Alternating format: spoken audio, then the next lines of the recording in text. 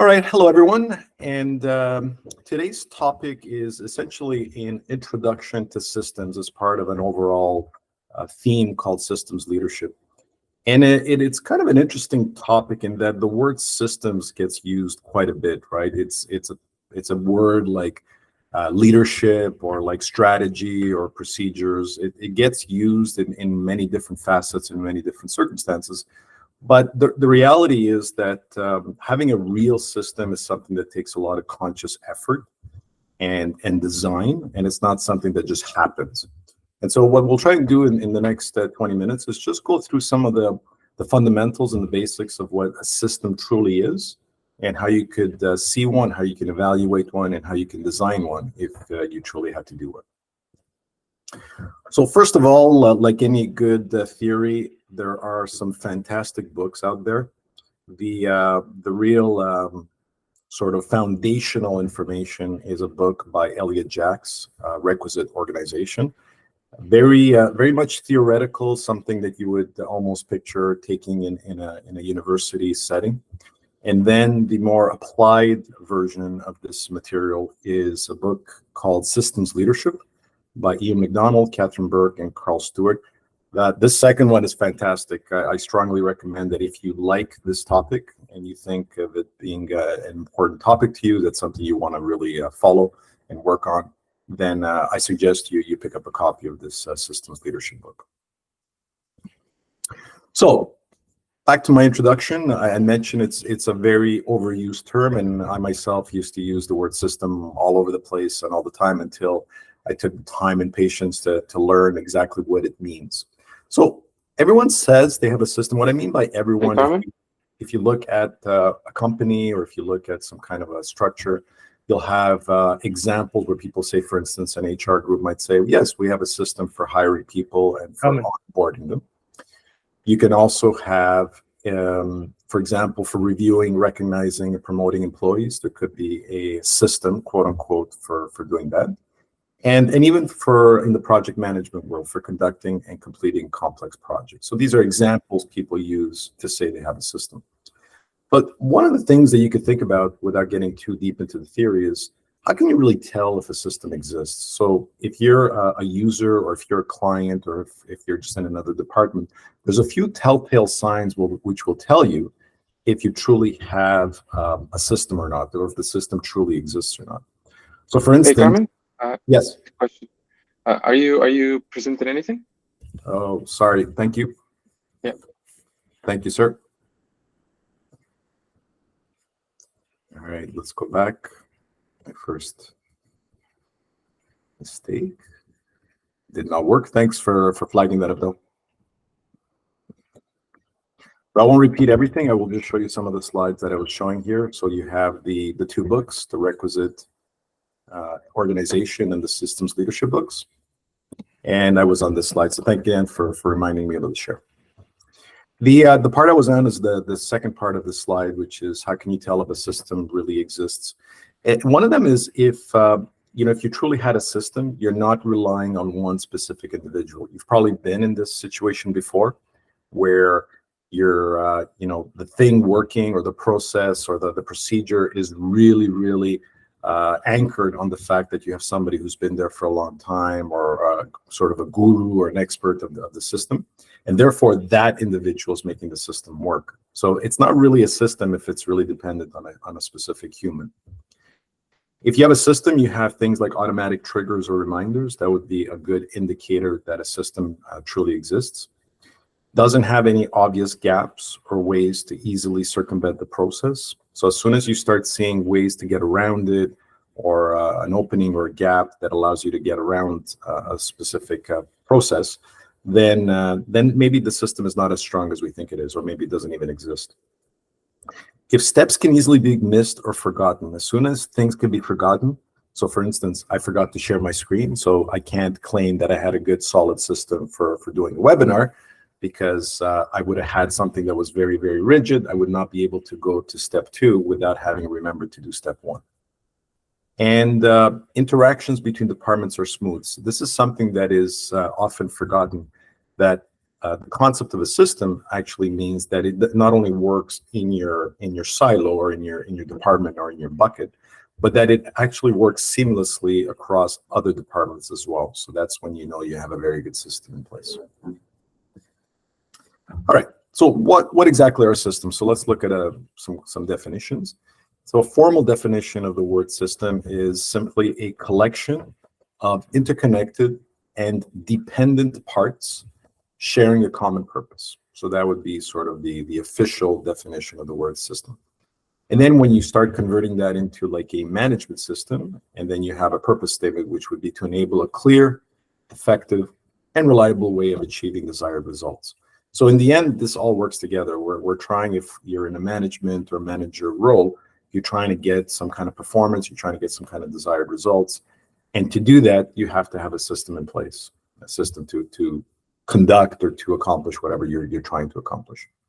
So why do we need the management system? So there's a lot of different purposes or reasons why you would need a management system. So one is to have very strong and sound methodologies or approaches to achieving your goals. You probably want to have your outcomes be consistent. So you're happy with the outcome, you know, you're getting a good product or good service, and you want this to happen every single time, not just when I happen to be on site or when my guru happens to be working that week, that it happens to be a very, very good week. And when that person's not there, then the performance drops again. To avoid wasting energy and goodwill. So when you have a system, that means it performs at a certain level and a certain height, if you want to call it that way. And you're not wasting a lot of time and energy because of the different situations that you're uncovering on any given day or any given week. And then finally, to align what the organization says with what it does. So this is something you'll see in a couple of seconds, is as a company or as an organization, you have some kind of a belief system, you have some kind of a cultural system, some kind of goal, and aligning all this together is what a system is very good at doing. So this one is a very good slide for me. I'm very visual, and it places where system fits in, all right? So for instance, a lot of people know intuitively that strategy is something that's high up, it's high level, and you'll notice that there's actually something even higher than a strategy, and that is the policy. You know, what this company has as a policy, what are your goals, visions, and missions. Strategy sits just second there. And then same thing at the bottom, people also know that when you go down to the bottom level, you have things like procedures. Those ones are more commonly known. Tasks is something that I may get into at a future webinar. It's also something that is very, very powerful and defines the specific work for people.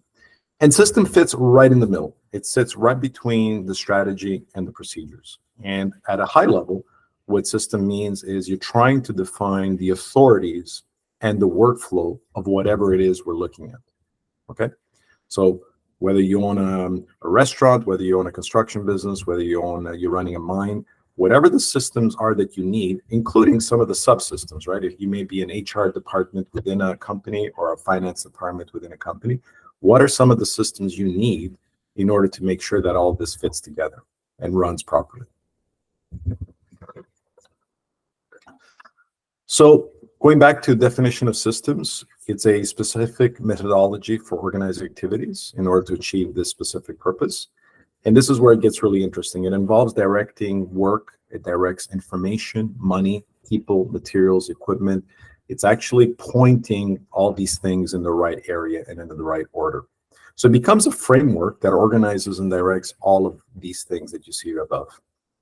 And just like in when you're defining a project, it's also important when you have a good system is it defines the limits or the boundaries around certain behaviors, okay? It links with culture, links with values, and understands that these things are in scope and all of these things are kind of out of scope. So when we're getting to actually design, systems design, so now you're getting into actually defining the work. So I want to understand, what does the work look like? How is this work going to achieve the goals that I'm trying to achieve? And how do I get alignment between all these different things, including different people and different departments? You have some more definitions here. You have levels of work. Things like a level could be understood as the role. So what's the role that you have in the organization? And then what's very well explained in the system leadership book is then you have other terms like complexity. You know, what is exactly the work that I have to do? and then the capability. So what's the capability of the person doing the work? So those two are not the same, but of course, the idea is to try to define, the role, the level, the work, and all this, and the complexity, all this kind of stuff in order to design the work around it. And of course, in a perfect world, you then match all these things that need to be done, all the work that needs to be done with the existing or the desired capabilities of the person, right? So if it exists, then that's fantastic. If it doesn't exist, then you have to decide whether you need to develop the person or find someone else to carry out that activity. When you're in a position to actually look at systems, so you may be one that needs to look internally. So you're looking at your own company or your own group or your own department, and you'd like to maybe assess how good your system is, or you perhaps in a situation where you're hired to go and look at somebody else's system and assess their system, basically. So what you're trying to do in this case is trying to understand the purpose, right? So what is the organizational reason for the system? So if there's a system for onboarding employees, why does the company want an onboarding system? So it may sound intuitive or it may sound obvious, but helping to articulate the reason for it will start helping shape what the system looks like. Do we want a system for rewarding employees? Do we want a system for giving annual reviews or benefits or bonuses? All these things, there has to be a little bit of a thought that goes behind as to why we're doing it. What do you expect it to do for you? And you'll see this kind of thread in some of the examples I'll show you in the questions. The cost, given the work required for proper design and implementation, including training, is it worth it, right? So you have to be very realistic about what gains you can get from the system, both in terms of the time required and the money that's required to implement it. Implementing a good system, designing a good system is not free. It takes time and it takes effort. And of course, the infamous measurement. How will you know if it's working? So if you built a good system, how do you know if it's actually working? And secondly, it's delivering the expected improvements. Okay, so you need to have a little bit of thought behind. Right, I went to all this effort to create a good system. And how do I know it's actually delivering what I want it to deliver? What I've done here is a lot of people ask it, rather than keep it always theoretical, maybe have a snapshot as to what kind of questions you would look at when you're looking at a system and when you're trying to figure out if the system is sound or not. So what I have here is, it's a set of 20 questions that are broken down obviously in a lot more detail, but this is high level. So what you have here is just a few that I wanted to highlight. You see there's a question 3, which talks about what is the purpose of the system, okay?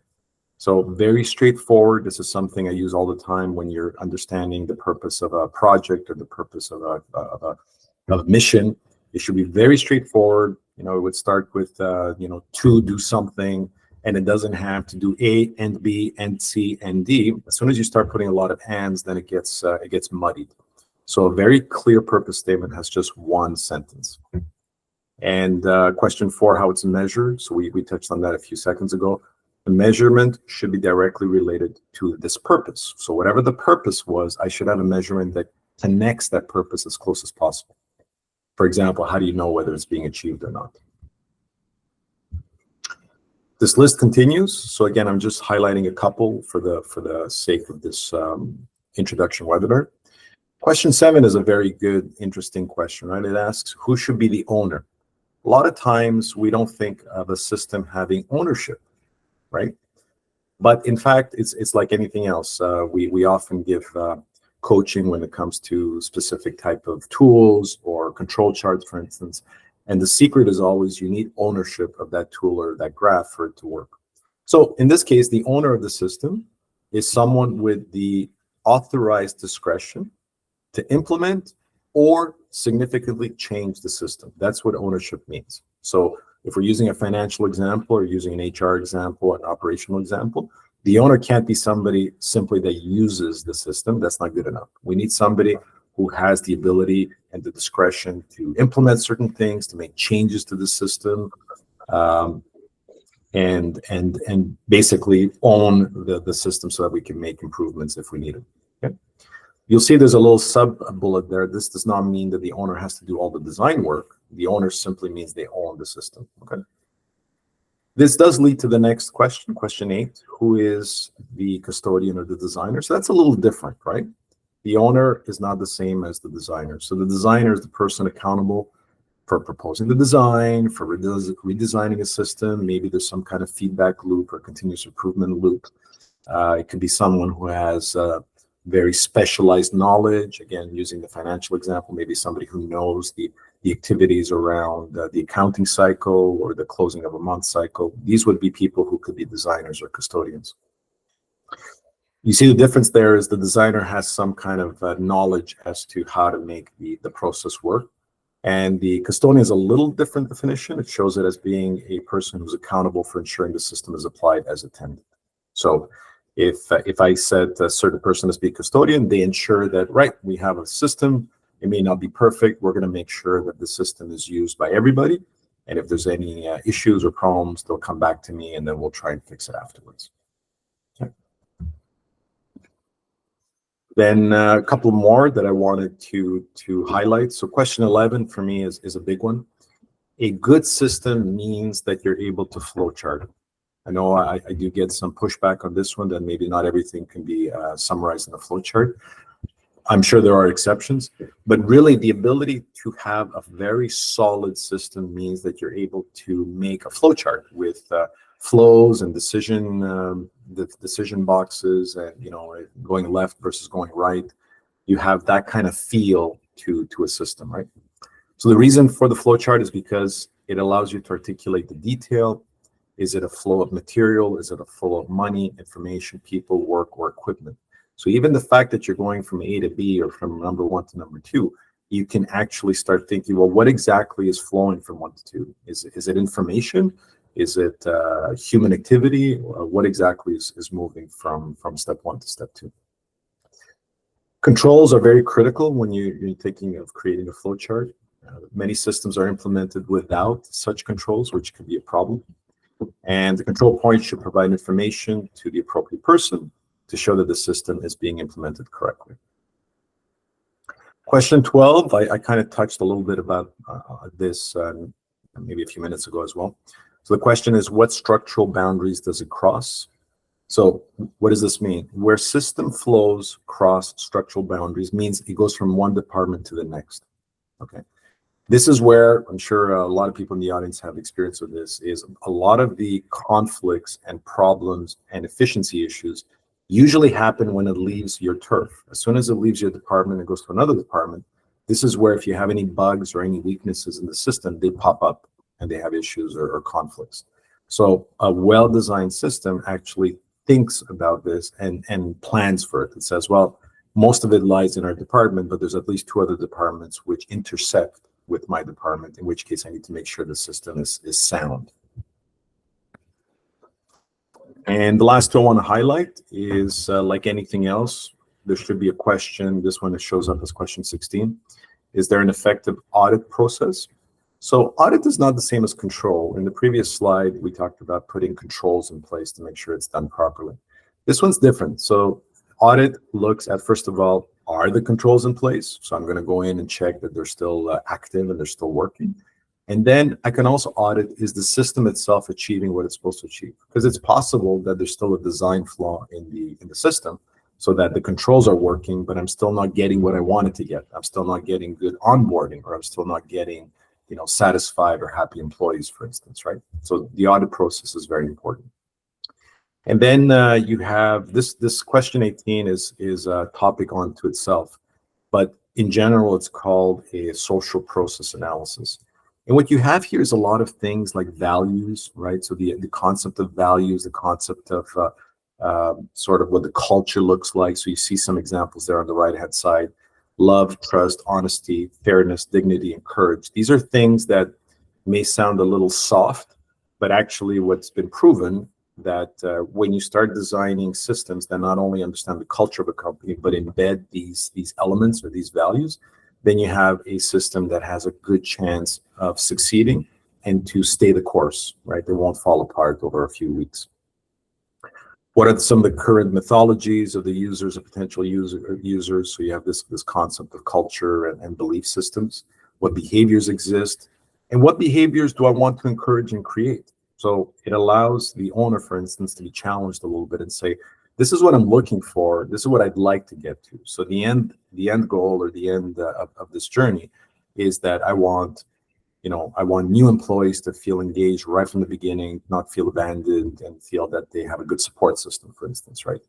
So by having that as your end goal, you make sure that you have all these values and structures put into place into your system. This is what the tool would look like if you would simply overlap it into an audit tool, for instance, on Excel with a radar chart or a spider chart. There's some very easy tools. And what you could do is, like many different audits, and I know there's people in the audience that do assessments and audits for a living as well, is you're trying to see, well, where should they be based on their journey? So if the journey is relatively young, meaning they've just started to create a system, then you may have maybe the first 5 or 10 questions as an expectation of having been completed. But as you get to the rest of the questions, you say, well, my expectation is that you're not a 10 on 10, but perhaps you're only a 5 on 10 or a 3 on 10.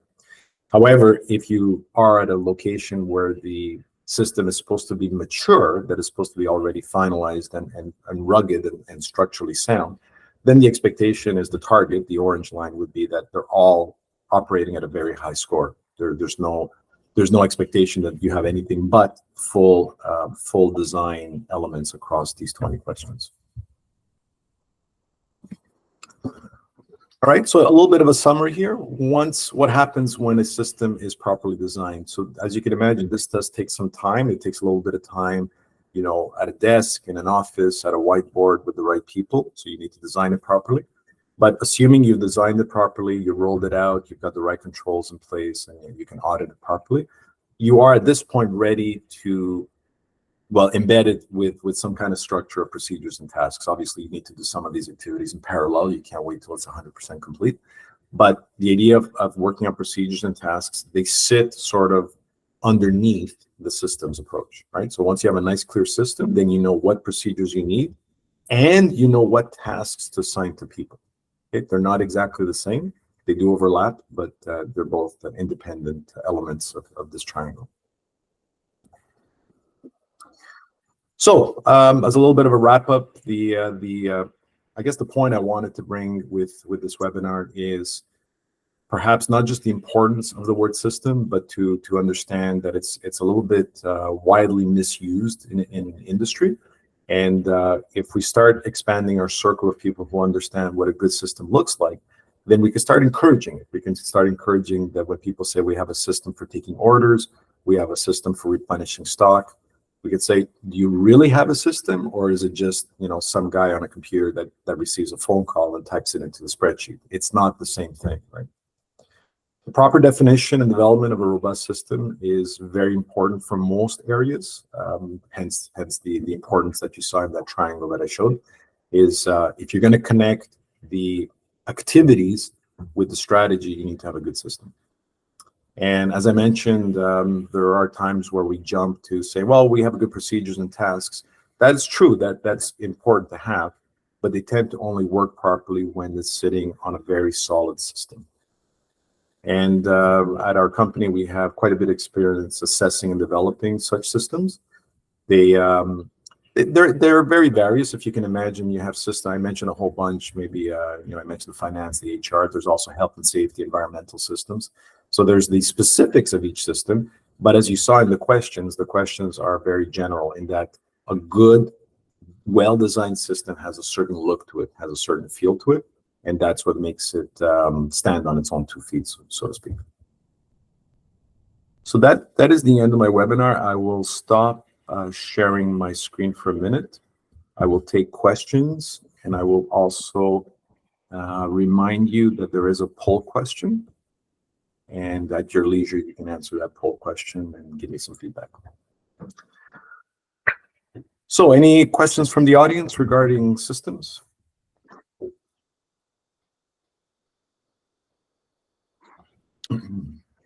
Carmen, it's Ange here. Hi. Great webinar as usual. I really liked it. Quite a question, just and maybe maybe more for you to help me just to clarify this. On question 16, we had the audit, auditing the system. And then right after that, you had the assessment.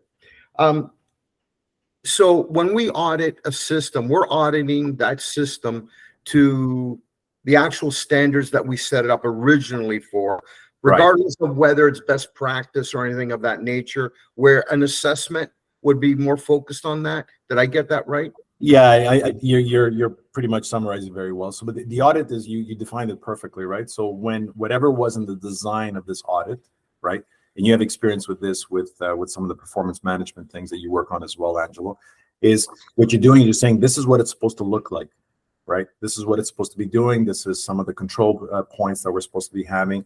I'm auditing that aspect of it. Okay, regardless of whether the system is actually delivering the outcome we're looking for. Well, that is a sub question. If you remember that, Okay. one of the sub questions says, well, by the way, have a look, because I could be following the 5 steps, but I'm still not getting what I was hoping to get. I was hoping to get a very sound onboarding procedure, for instance, and I'm still not getting it, even though I'm following the steps. In which case, then it feeds back, in this example, it feeds back to, you know, how you had an owner and a custodian and all these kind of things.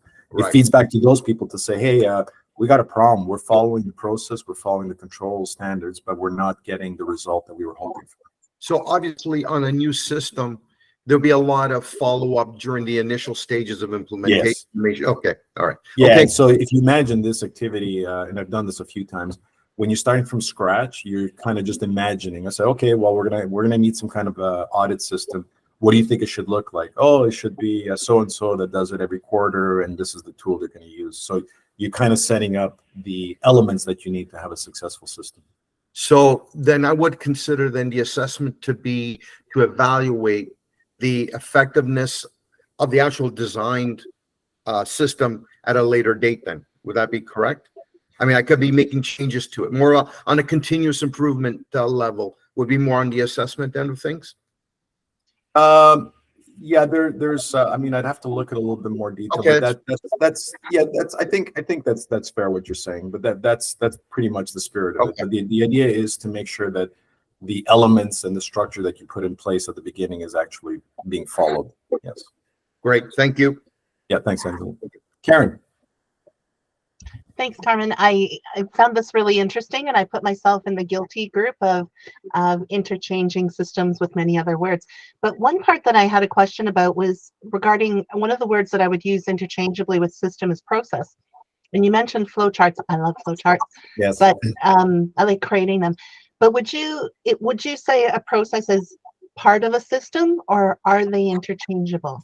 You know, they're kind of interchangeable. The difficulty is sometimes we slide when we say process, then we go to procedures, and that's not the same. Right. Yeah. Right. So it's kind of like a lot of those books that I mentioned at the beginning, they're very crisp on definition. So a system is a system, but I'm kind of in your camp as well, where you could think of it, well, yeah, it's like a process, and the process has a lot of interconnecting parts. But Right. they use system because you know how when you think of when you watch documentaries and they're talking about an ecosystem, or they're talking about That's true. it makes you feel like there's a lot of interconnected parts, right?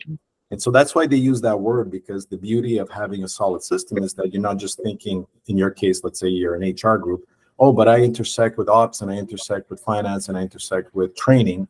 Well, the system makes sure that all those things are properly intertwined, right? As opposed to a procedure, which is totally different. Sure. Got it. Okay. Thank you. Yeah, no, you're welcome, Karen. So just to add to what Karen was saying, would you consider then a system to be a combination of a number of various procedures being either in parallel or in series? Yeah, because when you see, you know, if you remember that triangle, everything on the bottom is Yeah. procedures, tasks, and Right.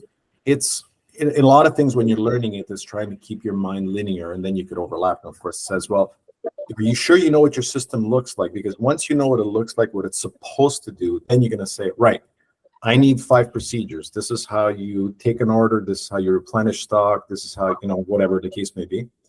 And then the task assignment is a little different. The task assignment is actually saying the procedures, thinking of it almost like in a bubble. This is what the thing should look like when I'm doing it. The task assignment is I go to Karen. I say, Karen, your task every Monday morning is to do what's written on this piece of paper. how to do it, she could refer to the procedure. Great.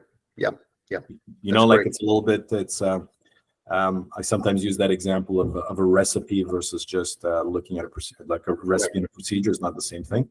But that's kind of the difference. So you need the procedures, and then you need the task in a perfect world that gives that assignment to a human. No, that's great. Thank you, Carmen. You're welcome.